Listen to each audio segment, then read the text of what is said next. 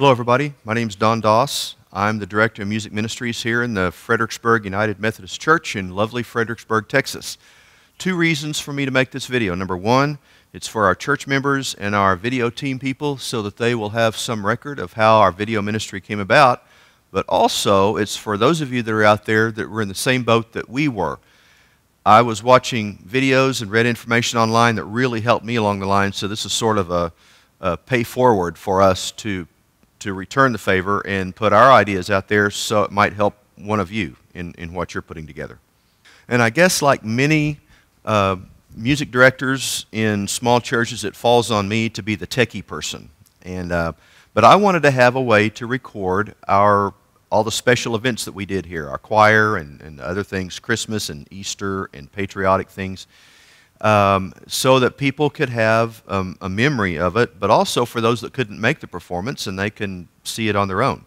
So what you usually do is like have one camera set up in the back and record it and then make copies. Well, I wanted to do a step further, and I would put 3 cameras on tripods around the room, and then I would take them back to the house and post-edit after the fact, and then make a DVD that looked somewhat professional. You know, at least you weren't watching one scene all the time.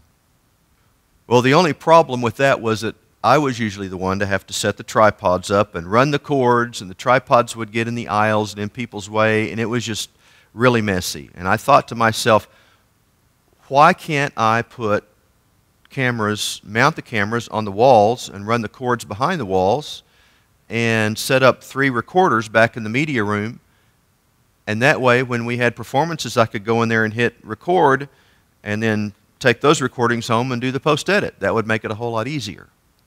So I laid out a multi-year plan that included the monitors in the hallways and 3 cameras and 3 recorders, and then I thought, you know, since I have the cameras up there anyway, why not go ahead and put a switcher in there so we could make a recording every Sunday for those that couldn't make the service. Then I discovered the PTZ, point, tilt, and zoom robotic controlled cameras that would give me a whole lot more flexibility, and they weren't that much more expensive. So we were involved with putting the monitors in the hallways, and we're running Cat6 cables so that we could control them all through a laptop when something pretty incredible happened. You probably noticed that we're in Christmas mode here in Fredericksburg, and it was about this time last year that we had a church member come to me and say, what do you need to complete your video system? So I had to do a lot of studying and figuring out exactly what I needed so I could give them a pretty good understanding of what it was. And that's when, after searching on Google for so much stuff, my brain went into overload. I was so confused, I read everything I could read, and I read about all kinds of different systems, standalones, the switchers, software, the different kinds of computers, total systems, and piecing it together. I had so much, I just had to say, okay, stop, wait a minute. I have to remember what it is that we need. I'm the kind of person that I will look at something and say, hey, I want that, and then after I get it, I go, oh, well, we should have gotten this because now we have to add this, and we have to add this to it. So I said, let's get something that is exactly what we need. So that's what I did. I worked out a list. So here is my list of have-to-haves. I said, number 1, I want point, tilt, and zoom cameras because we don't have the personnel to have at each camera, so it has to be robotic controlled. Number 2 is we're going to record the events that happen in the sanctuary and be able to make DVDs of those events. Number 3, we want to be able to broadcast what we do in the sanctuary out to the monitors in the hallways so people around the church campus can see what's going on in the sanctuary. Number 4, which was really important, is we don't have a lot of techie people in our church, but we need to make this so simple to operate that anybody can come in and with a little training can do this. It must be operator friendly.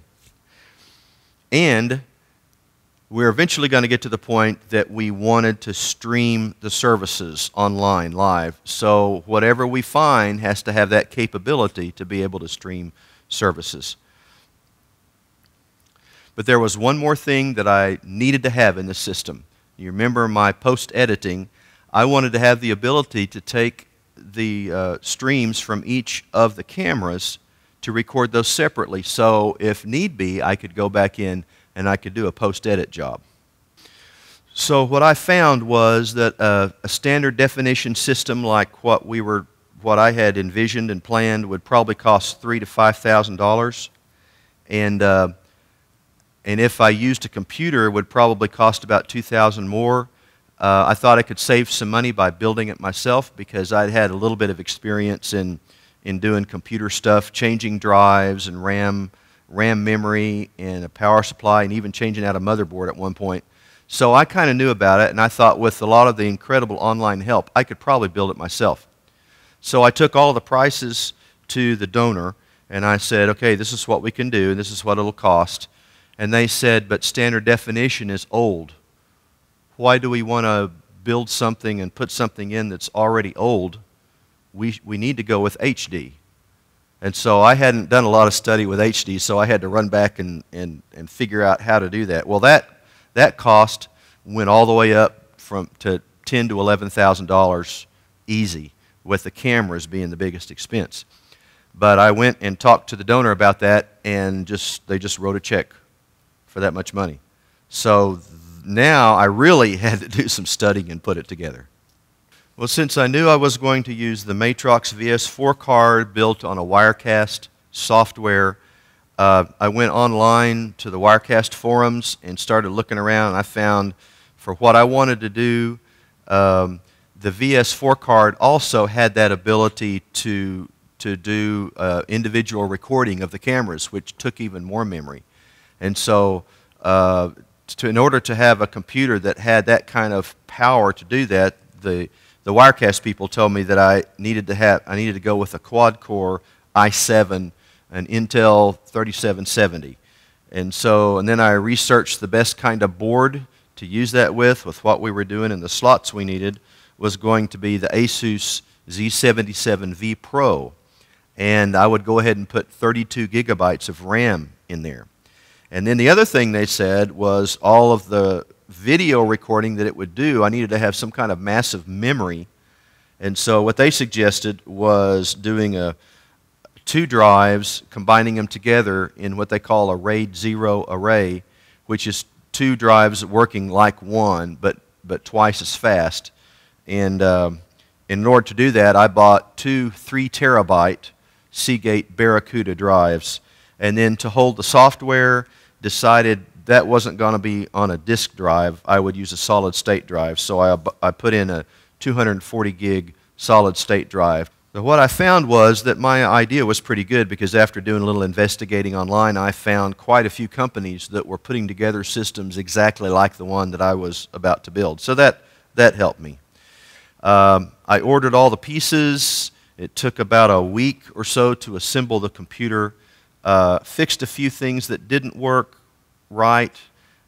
And then when I turned it on and it worked, I had a really, really big, cool, neat computer that I could sit there and play with fan speeds and overclocking, which I didn't know anything about.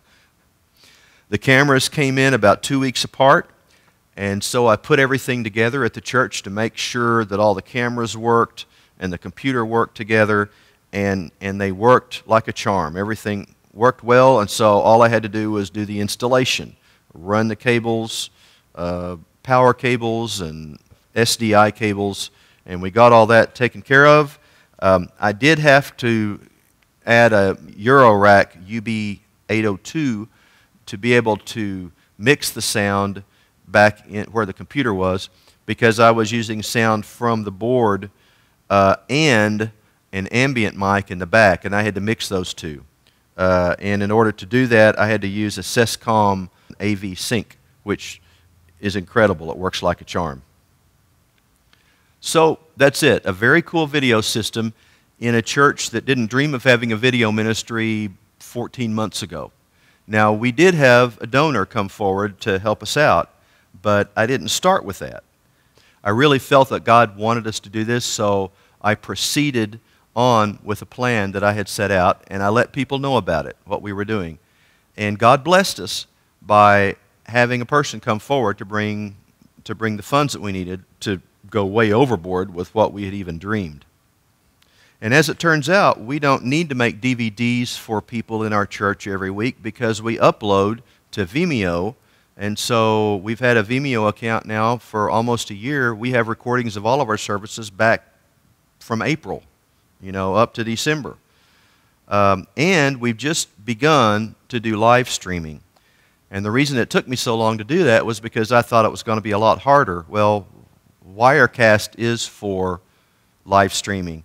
So that was just absolutely no hassle at all getting that set up. So we live stream right now on Justin TV. We have a channel there, and we keep all of our recordings on Vimeo, and people can watch anytime they want to.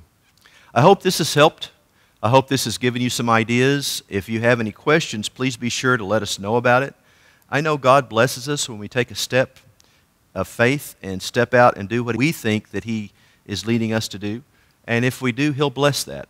And I just pray that He blesses you in your ministry, in everything that you do, and that in what He tells us to do, that we continue and progress along the way in reaching people for Him.